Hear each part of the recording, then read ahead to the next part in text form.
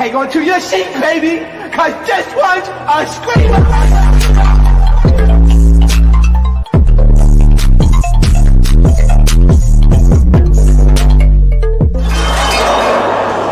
Are you not entertained? Are you not entertained? What's going on, entertainment? So time comes out with another video. We talking Love Cabin. I don't even remember what episode number this is, y'all. This show is dragging. I ain't gonna lie to y'all. It's dragging real bad. Okay, you already know what to do. Hit that like button, hit that subscribe button, and let me know what y'all think about this video. Now, you know what? Another thing I figured out too, why Love Cabin is not as successful, I think, as they hoped it to be, is because y'all know the recouplings, right? If you watch Love Island, which I do and I cover, if y'all watch Love Island and y'all didn't watch my recaps, go back and watch it because last season was a key. Ray J, you know when he does the recouplings, he shouldn't be doing the recouplings because remember on Love Island, they be recoupling each other. That's where the drama comes in because then you could really see who fuck with who type ish. Because if one person was really feeling one person, a new bombshell come in and then they like, oh, I want to see what they talking about, and then they leave the person that they were feeling to dry, then it kind of creates drama between the new flames, which is the bombshells on Love Island, and the cast members. Y'all get what I'm saying? So it's like, I think that's a big part of the problem with the show is the part of Ray J doing recouplings. They should allow that. They should allow the cast to do it so it could create more drama. So I think that's one of the bigger problems that I noticed watching this episode. I was like, oh, okay. Cause like when the twins came on to join the cast, right? And then they Ray J did the recouplings himself. I was like, no, y'all should have included the twins with the new recouplings and then made some of the boys choose so it could cause some drama. Like, imagine if Michael went for one of the twins. Desi would have been pissed as fuck. Y'all get what I'm saying? Either way. So the twins introduced themselves, and basically they say they're not trying to share no man. They're here for their individual man. Okay. They don't do none of that threesome stuff or none of that. They don't share. Okay. And they don't do no menage a trois. Megan, James, no shade. Y'all remember Bad Girls Club? Yeah, I had like a decent bit Mason Star. Y'all know I'm not a fan of her. So yeah, she don't do none of that. They don't do none of that. Okay. They're strictly and they want their own okay. They don't want to share it. So Ray J does the new couplings. You know what's crazy? I could tell Ray J finds Niecy like to be hideous. Like the way he be talking to her and like be directing her to do stuff. He treats her like she's like a passerby, like she don't matter. And also we see during the recoupling, Athena is still hard on Ray J. Athena, your kitchen is the new flame, girl. Athena's kitchen is crazy. Okay, like Athena's hair is looking tore up from the flow up. Do you hear me? I'm like, Athena, you mean to tell me there are not hair products that could really get you together? It don't make no sense. Athena be looking crazy now in these episodes. I'm like, whoa.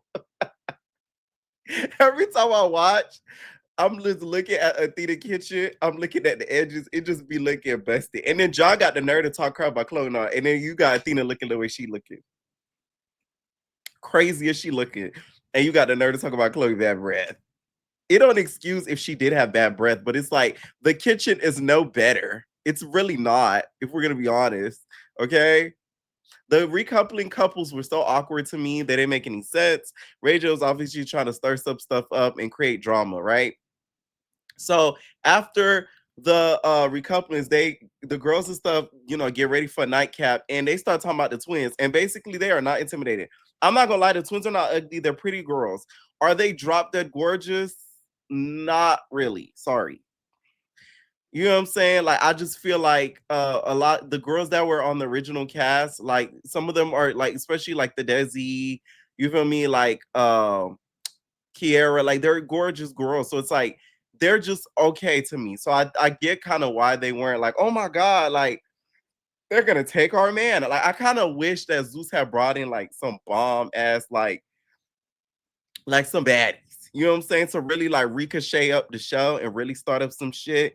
Cause to me, they don't even seem like the type that's gonna start up no drama either. Like you can kind of tell they're gonna maybe play it safe. Like the moment they said they're not doing the threesome stuff, I said, oh, boring. Let me stop. But no, good for y'all because that's nasty. But no, for real though, like you could tell they're gonna play it like safe and even kill and not kind of stir up the pot.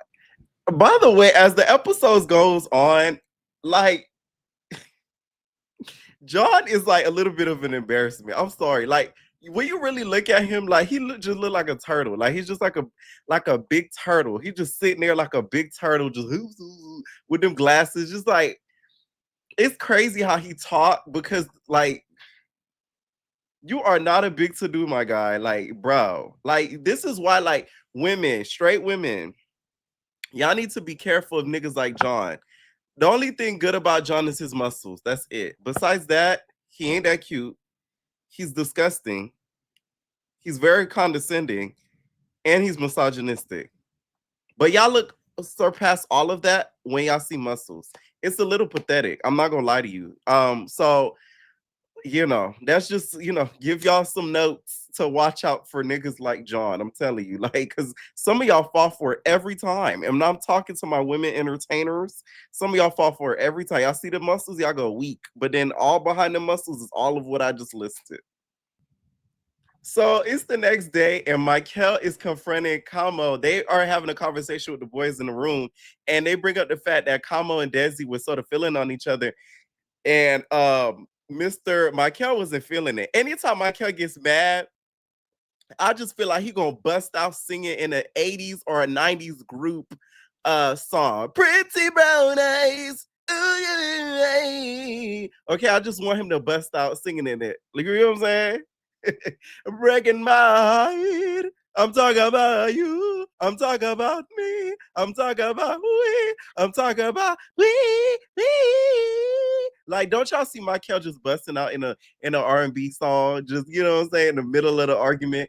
Either way, he was very upset at Kamo because the way he reacted, he was like, "Oh, I really appreciate that." But Kamo's right though. Y'all are there to match. So at the end of the day, it is what it is. I did sneak and saw a little TikTok of Miss Desi, and she said that the kiss with Kamo in that room, that it wasn't a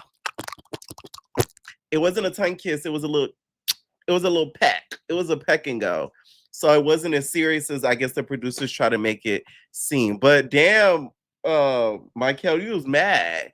Ooh, you're mad. Ooh, you're mad. Yeah. You're a dreamer. You dream a lot in your sleep. No, not really. I know. Yes, you do. No, I yes, don't. you do. You do, because that was a lot. Anyway, I knew it was gonna end in crazy though. But Michael basically said if you keep pushing him, he's gonna, I guess, go there. Not gonna lie, between the fight between Kamo and Michael, I'm gonna put my money on Kamo. I just feel like Kamo, you could tell he been around the way. You know what I'm saying? Michael, it gives Fashion Nova Pretty Boy, but we have been fooled before. So hey, one thing I will say I like about this show is how the boys, how they make fun of each other because they're on the way to the excursion, and you got John kissing Bree. He talking about he doing like a woodpecker, and then Trap is making fun of him because he's saying you kissing hard, like you headbutting the bitch. Like John, I really hope that Chloe was being dramatic in the bed because if you're that aggressive, that's crazy. I'm sorry. See, this is what you get. Let me tell you. This what happens when them niggas be working roided out. Okay, big muscle roided out. They gonna end up like John. You gonna get a John. Okay, it's gonna hurt you. Child, we get to the excursion, and Ray J tells Ice, which is the new cast member, to kiss the girl that he wants. And he goes and kisses Kiara. And his reason is because he sees this girl with big, beautiful, natural hair. I was like, isn't that peculiar? Let me tell you something. One thing a white guy is going to do is they're going to go for the racially ambiguous one. Natural hair. I said, I gotta make a t-shirt with the pointers that Scotty did. No, because the moment he said that, I was like, yeah, I kind of knew you were gonna go for her. Like, it would have blew me if he went for like Desi. You know what I'm saying? Then I'd be like, oh my god, I'm gagging. But he ended up going for Kiara and stuff, and she was living for it. Okay, what's crazy is he actually doesn't look that bad too in confessionals. That first episode that they had him appear on, he looked a little crazy, but in the actual confessionals, he's actually. It was good to have the flames kind of break up the couplings. So one of the twins ends up going for Chapo, and the other twin end up going for Kamo. And then of course we had Ice that ended up going for Kiara. One of the twins basically was feeling trapped because she found out that he had twins, and she wants some one day too, because you know the genes would be more likely to give them twins. When I'm like, did he tell you how much? Let me stop. Let me stop. But no, y'all gonna have a village. You feel me? Like that's gonna be a lot of children with the both of y'all together combined. So the challenge this episode, they get to go through each other's phones. First phone we're gonna get to is Nisa. We found out that she does OnlyFans. Woo! You know it's so crazy.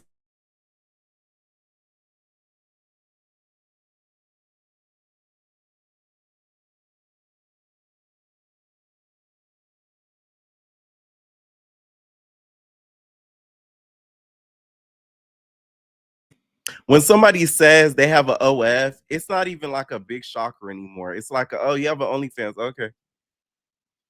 That's like having another part-time job. Like, oh, you do OnlyFans. Okay. Now it's up to that person if they're gonna be okay with it. But usually they're like, okay. Like, you know, it's regular. But she was still talking to her ex. So Brian was feeling a little bit of ways because he wasn't sure, you know, what that set gonna be like, you know, if they end up leaving the cabin and stuff. So to me, Nisa gives me very sneaky vibes. So I could see her still having feelings for the ex, but they're not saying it on the show. John's phone didn't really have much except for him planning some trip with some girl. I was kind of shocked. I was like, I thought they were gonna open it up, his phone, and then you heard group, group, group. For the girls that know now, no shade. I thought we was gonna hear group, group. You know what I'm saying? The girls that know, no, that's that, you know, that's that Jack ringtone. No, that's that grinder ringtone. You know what I'm saying? Or you was gonna hear bleep. I thought it was gonna be either or. I was like, oh my god, oh my god, oh my god, but no, it wasn't that. And then we get to what was it? Who else? Oh yeah, they get to Desi's phone. Desi didn't really have much in there. Sheila's phone had a whole bunch of nudes and stuff. John's like, oh, he wants to recreate a lot of the freaky stuff he saw on her phone.